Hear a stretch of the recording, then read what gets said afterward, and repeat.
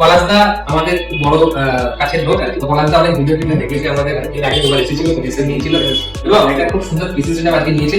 Basically এটা feeling নয়, এটা একটা ওয়ার্কিং পারপাসের পিসি। i5 এর 8 জেনারেশন টার্বো সিরিজের প্রসেসর দেওয়া আছে, 8 জিবি RAM, 512 এসএসডি দেওয়া আছে। তো পলাশদা কেমন লাগছে দর্শকদের উদ্দেশ্যে?